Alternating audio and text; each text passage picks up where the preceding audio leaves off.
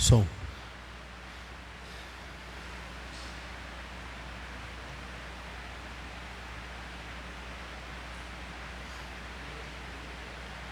Tudo bem com vocês? Paz do Senhor, irmãos, tudo bem? Vamos começar a nossa aula. Oi? O que foi, Bruna?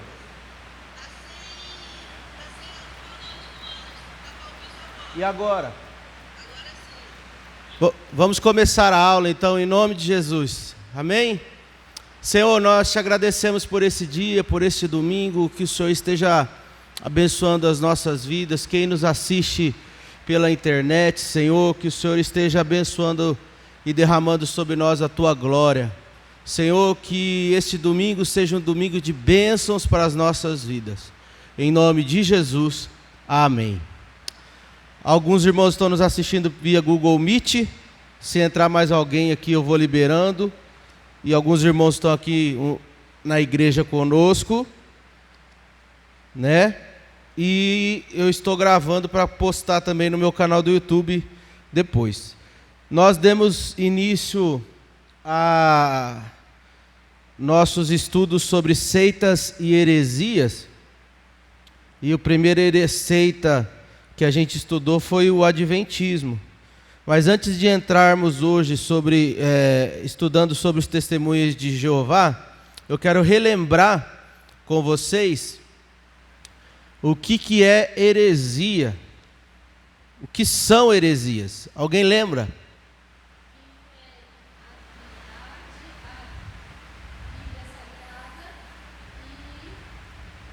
A salvação.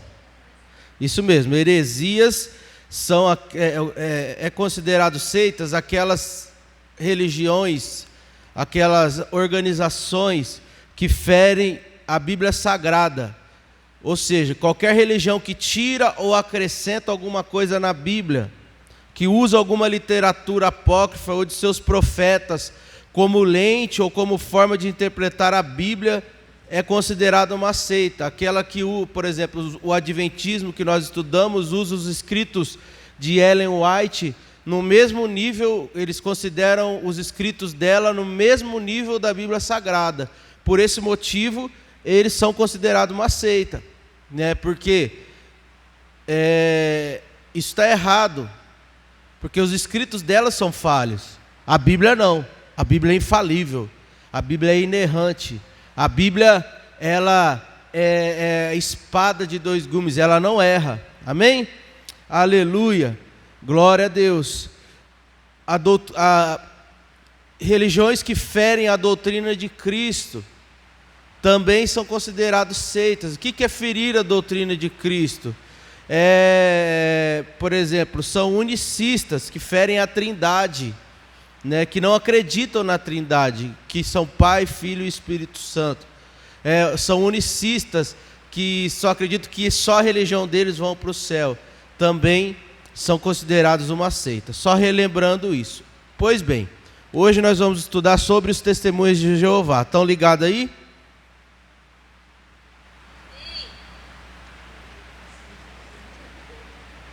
O fundador do Testemunho de Jeová foi Charles T. Russell. Esse Charles Russell, eu vou chamar só de Russell para ficar mais fácil. Russell ou Charles, tá? Quando tinha aproximadamente 18 anos de idade, ele estabeleceu junto com seu pai, deixa eu permitir aqui, o Orange.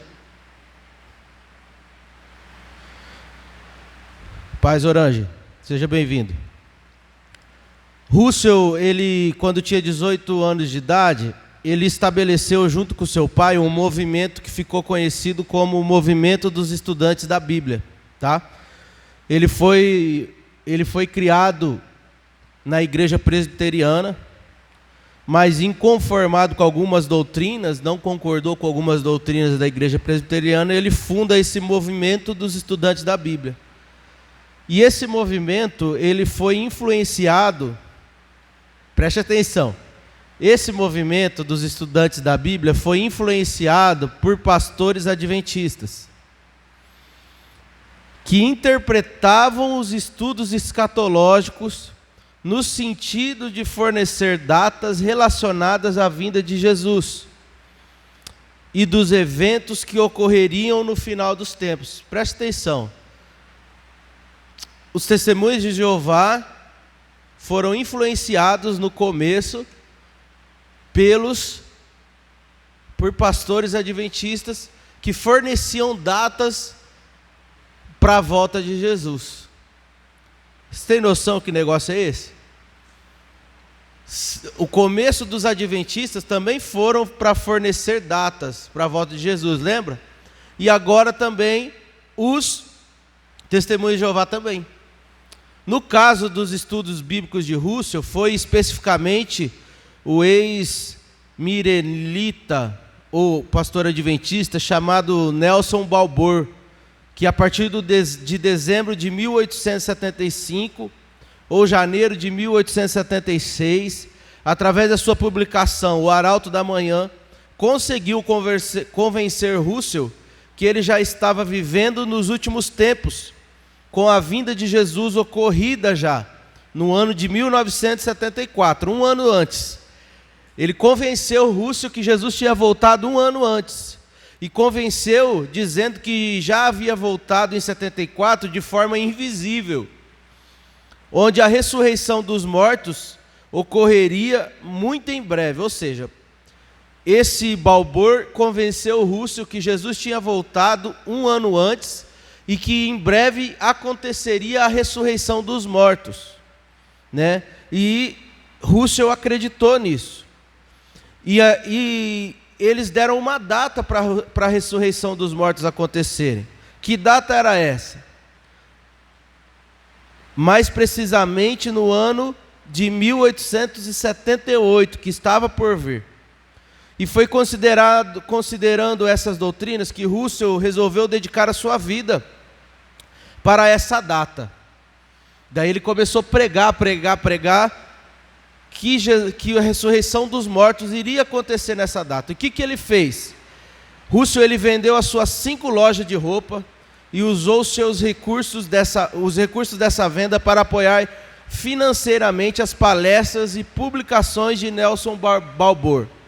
No ano de 1877, eles publicaram um livro muito importante chamado Três Mundos, onde explicava em detalhes a cronologia da volta de Jesus. Pois bem, chega o ano de 1878 e o que acontece? Nada. Nada do que eles esperavam aconteceu. E havendo ali uma grande decepção para eles e seus seguidores, porque eles aguardavam ansiosamente esse dia. No ano de 1879, Russell conclui que estava equivocado em suas conclusões e expectativas. E nesse ano, Balbour e Russell se separam em sua parceria por divergências doutrinárias a respeito da escatologia. Em julho de 1879, ele começa a publicar sua própria revista, que era chamada Torre de Vigia de Sião, que alguns anos depois foi rebatizada como conhecemos hoje. Alguém conhece hoje, ou já recebeu alguma revista dos Testemunhos de Jeová chamado A Sentinela? Esta é uma das publicações mais conhecidas dos Testemunhos de Jeová hoje.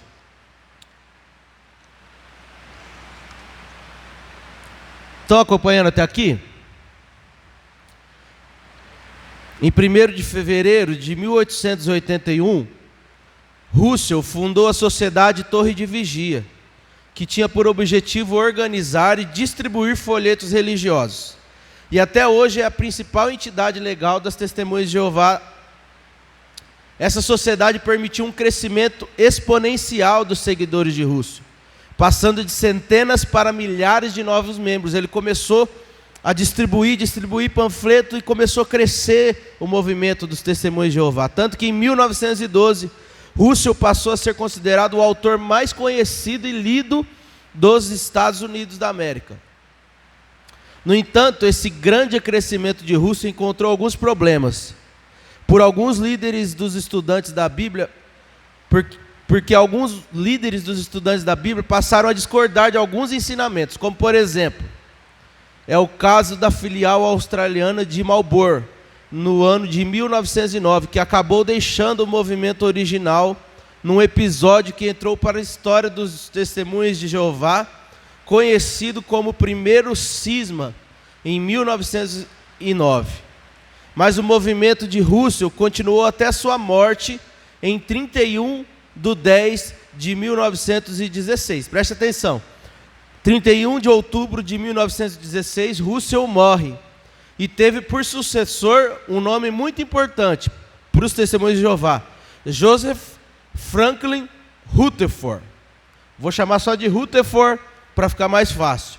No dia 16/1/1917, ele passou a ser presidente da Sociedade Torre de Vigia. Após alguns meses, ainda em 1917, foi quando ocorreu um segundo cisma, um segundo rompimento dentro do movimento dos Testemunhos de Jeová. E este teve proporções muito maiores que o primeiro cisma, onde 4 integrantes da liderança passaram a discordar da presidência de Rutherford. E este cisma acabou gerando diversos grupos dentro do movimento. Então, quando Rutherford entrou para a presidência, houve 4 integrantes da liderança que começou a discordar dele. Esses 4 que discordaram, teve um cisma, um rompimento, e fundaram 4 movimentos dentro dos Testemunhos de Jeová. No ano de 1918, o Conselho de Administração de Rutherford foi preso. Eles foram presos. Rutherford foi preso e toda a sua liderança, porque eles estavam incentivando os jovens a não se alistarem para o exército. Eles estavam falando, não se alistem para o exército. Então eles foram presos. E em março de 1919 eles foram libertos, após o pagamento de fiança. E após sua saída, Rutherford deu início a uma reorganização de todas as atividades. Pai do Senhor, pastor, seja bem-vindo. Rutherford deu início a uma reorganização de todas as atividades do movimento dos estudantes da Bíblia. E agora ele passa a dar uma grande ênfase na pregação de porta em porta. Isso aqui é muito importante. A partir de 1919, foi a partir dessa data que os Testemunhos de Jeová começam a pregar de porta em porta. Começa a dar ênfase. Todo domingo de manhã, não tem a música lá, domingo de manhã, me perturbando? É mais ou menos isso. A partir dessa data que eles começam a dar ênfase à pregação de porta em porta. Tá certo? Onde os membros deveriam relatar semanalmente as suas atividades. Até hoje, o que acontece? Os Testemunhos de Jeová vão pregar, vão às ruas e eles apresentam relatórios, tá? Eles apresentam relatórios para os líderes do que eles fizeram, onde eles pregaram, tudo certinho. Estão acompanhando até aqui? Minha mãe está mandando mensagem, ela não está conseguindo abrir pelo Google. Onde os membros... E foi nesse ano de 1919 que ele passou a publicar uma revista que hoje conhecemos como a revista Despertar. Vamos lá. As principais características do movimento de Rutherford eram o desenvolvimento de datas dos acontecimentos escatológicos, como a vinda de Jesus, que ocorreu em 1874. Olha, gente, como nós já vimos, preste atenção. Os adventistas nasceram de previsões de datas. Os Testemunhos de Jeová nasceram influenciados pelos adventistas sobre previsão de datas. Qual que é o anseio de prever data? Tá certo que o nosso anseio é ir para o céu. Você quer ir para o céu? Eu quero ir para o céu. O meu coração anseia ir para o céu. Tanto que no livro de Eclesiastes, a Bíblia vai falar que Deus colocou a eternidade no coração do homem. Mas, meu irmão, a Bíblia fala, o próprio Jesus fala que nem o Filho sabe a data. Mas por que o homem quer colocar uma data para a volta de Jesus? E percebo que toda vez que o homem tenta colocar uma data para a volta de Jesus, ele se frustra. né? E foi isso que aconteceu em todas as vezes. No ano de 2000, aqui em Maringá, não sei se vocês lembram, o Lucas, eu acho que nem era nascido, né, Lucas? Ou era? 2000? Já era nascido? Quantos anos você tinha? 2 anos de idade. Existia um profeta aqui que falou que Jesus ia voltar em 2000. Aí começaram a vender casa, vender tudo. A Gisele entrou. Começaram a vender casa, começaram a vender tudo. Só que Jesus não voltou. Daí deu o maior furdunço. Então, meus irmãos, não podemos colocar data na volta de Jesus. Nós sabemos que a volta de Jesus está perto. Nós sabemos que a volta de Jesus está pertíssimo. Mas não podemos colocar uma data para a volta de Jesus. Eu gostaria que Jesus voltasse hoje. Mas não posso colocar uma data. Amém? As principais características do movimento de Rutherford, os Testemunhos de Jeová, era o desenvolvimento de datas nos acontecimentos escatológicos, como a vinda de Jesus, que ocorreu em 1874, a ressurreição dos mortos em 1878 e depois o Armagedon no ano de 1914. Para eles, o Armagedon já ocorreu. Vamos lá. No entanto, os membros do movimento observaram que muitos desses ensinamentos e expectativas acabaram sendo frustrados. Alguns membros do movimento observou que os ensinamentos foram frustrados, não ocorreram. E em 1920 houve uma forte ênfase em novas datas. As datas que Rutherford tinha falado não ocorreram. E em 1920 eles deram novas datas, deram novos dias. O próprio Rutherford anunciou através do seu folheto, que se chamava Milhões que Agora Vivem e Nunca Morrerão, que o reinado de Jesus começaria naquele ano e que os patriarcas seriam ressuscitados especificamente no ano de 1925. Presta atenção nisso. Rutherford falou que o reinado de Jesus começaria em 1920 e que em 1925 os patriarcas, Abraão, Isaac, Jacó, os pais da igreja, os patriarcas, ressuscitariam no ano de 1925. Mas chega 1925, o que acontece? Nada. Daí o que ele faz? Ele prorroga a data para o ano de 1929. Daí o que ele faz? Ele constrói uma mansão com 10 quartos em San Diego, na Califórnia, para servir de residência para os patriarcas citados. Porque ele acreditava que eles sairiam de Jerusalém e iriam para os Estados Unidos. Você tem noção que loucura? Rutherford, presidente dos Testemunhos de Jeová, disse que os patriarcas ressuscitariam, que Jesus já tinha voltado, que os patriarcas ressuscitariam em 1929. Ele constrói uma mansão com 10 quartos e diz que os patriarcas vão ressuscitar, vão sair de Jerusalém e vão para San Diego, nos Estados Unidos. Só que em 1929 chegou e novamente o que acontece? Nada. Daí o que Rutherford faz? Alguém chuta? Hã? Que? Israel? Não. Ele utiliza a mansão dele como a sua residência particular.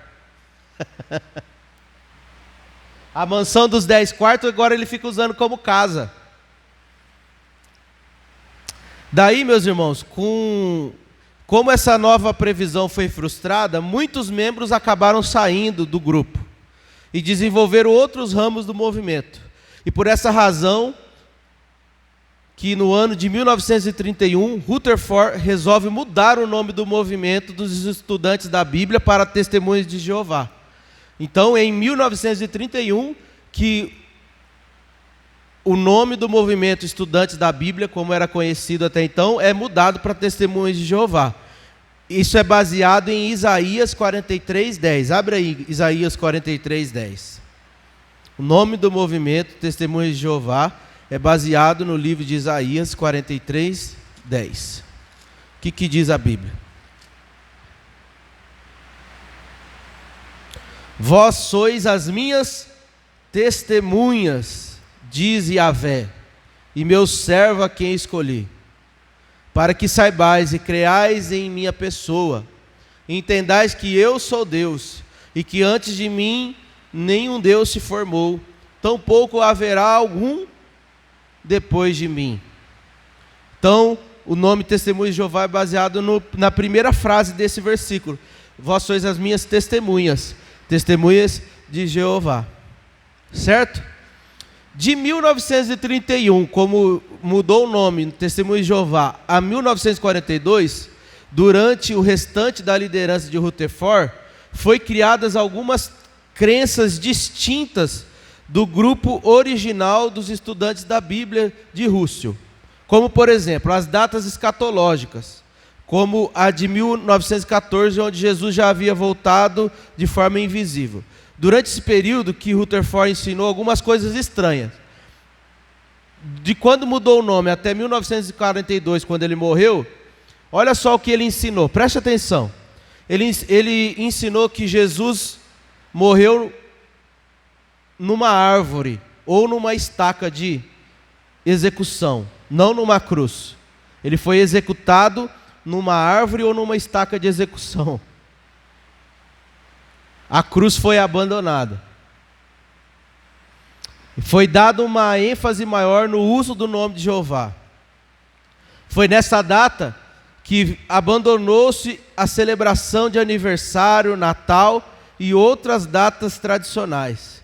E isso aqui é até o dia de hoje, tá? Não se celebra aniversário, não se celebra Natal, não se celebra nenhuma data tradicional nos Testemunhos de Jeová. Certo? Alguma dúvida até aqui?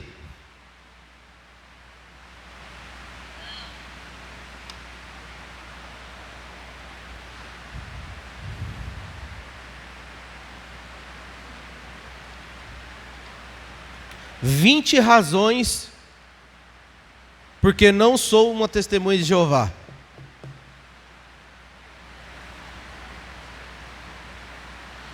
Os ensinamentos claros e cristalinos da palavra de Deus não dão lugar a que se abrace as doutrinas das testemunhas de Jeová. Após um estudo bíblico completo, os ensinamentos básicos dessa seita estão em conflito com as Escrituras. 20 dos seus erros doutrinários excepcionais foram abaixo relacionados e constituem razões sólidas para que ninguém se filie a essa seita se quiser continuar apegado à verdade divina. Primeiro motivo. Espera aí que tem uma pessoa, a irmã Cida quer entrar.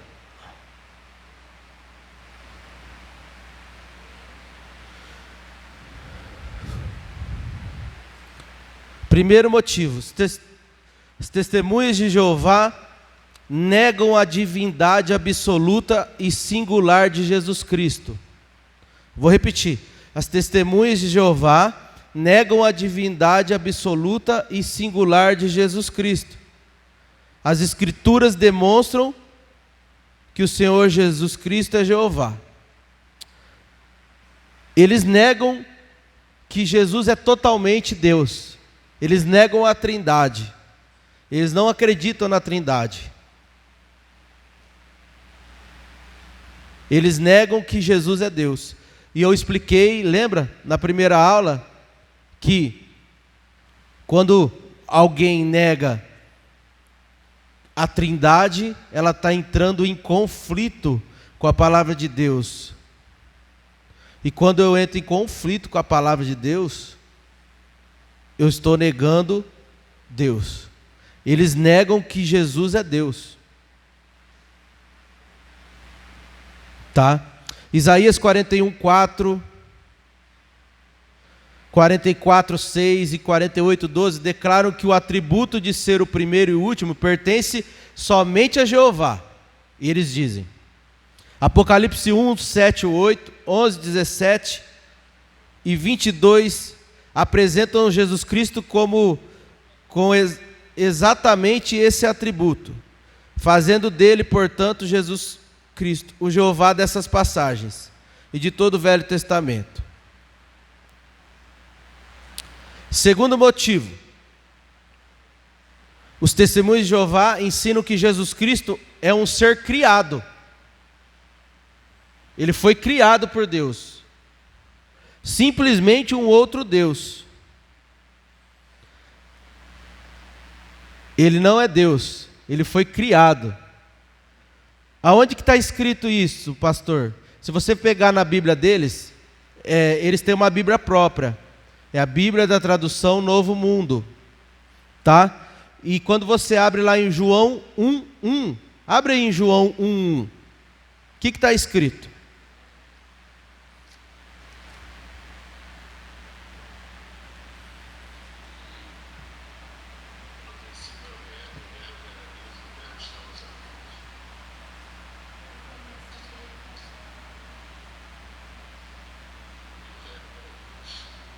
Isso, o pastor Leônidas leu aqui.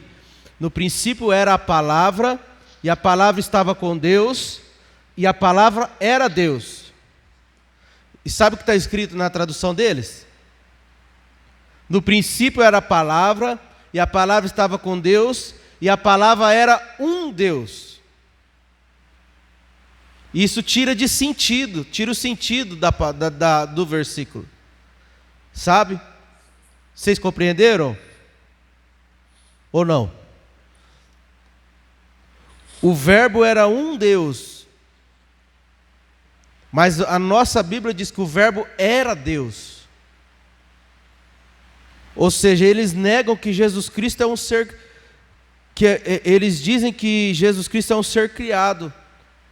Que ele não estava na criação. E a Bíblia diz que ele estava na criação. Quando nós lemos, nós vemos...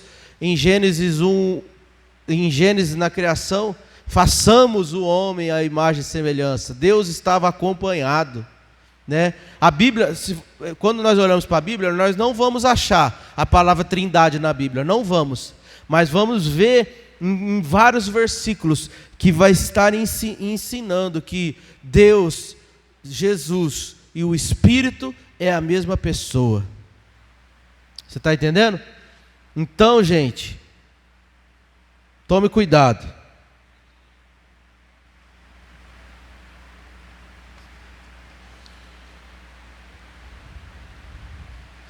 Terceiro motivo. As testemunhas de Jeová negam a personalidade e divindade do Espírito Santo. Eles acreditam que o Espírito Santo é uma força, é uma energia. Não é uma pessoa, não é um Deus. Ou seja, estão negando absolutamente a Trindade.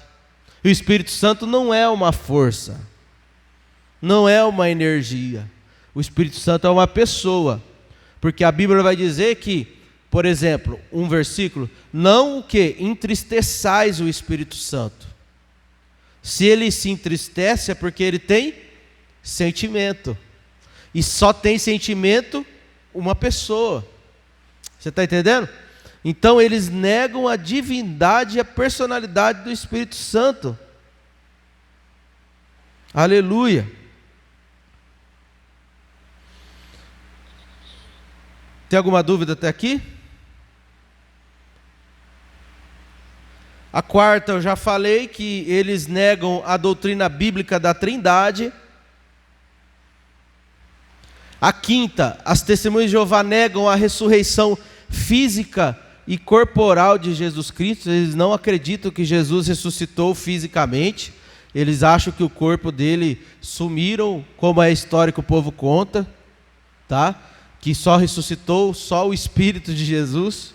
O corpo deram um sumiço dele, tá?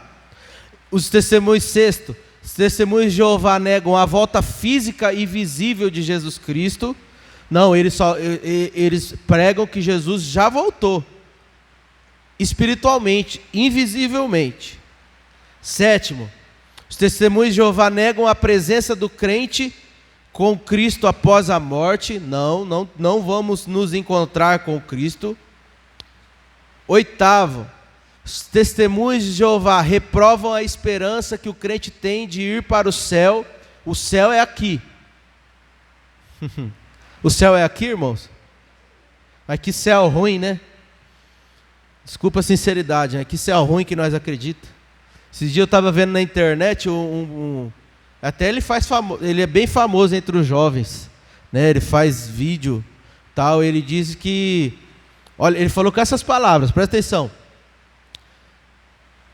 Um céu que é pregado com um anjo tocando trombeta e cantando, eu não quero ir.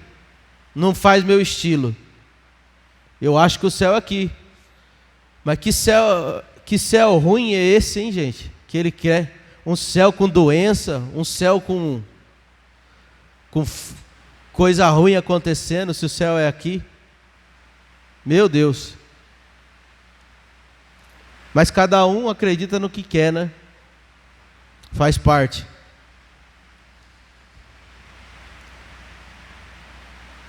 Nono, as testemunhas de Jeová negam a realidade e a eternidade do castigo futuro. Eles não acreditam que tem inferno. Não existe inferno.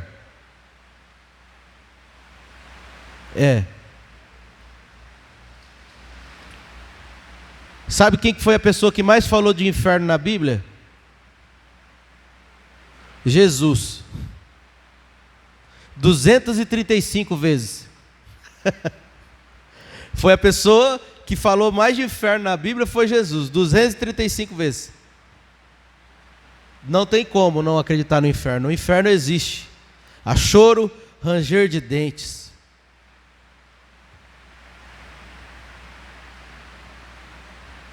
Décimo, as testemunhas de Jeová negam a salvação perfeita da cruz de Cristo. A cruz foi simplesmente a morte de Jesus e não significou nada. Pastor Leônidas, presta atenção nessa.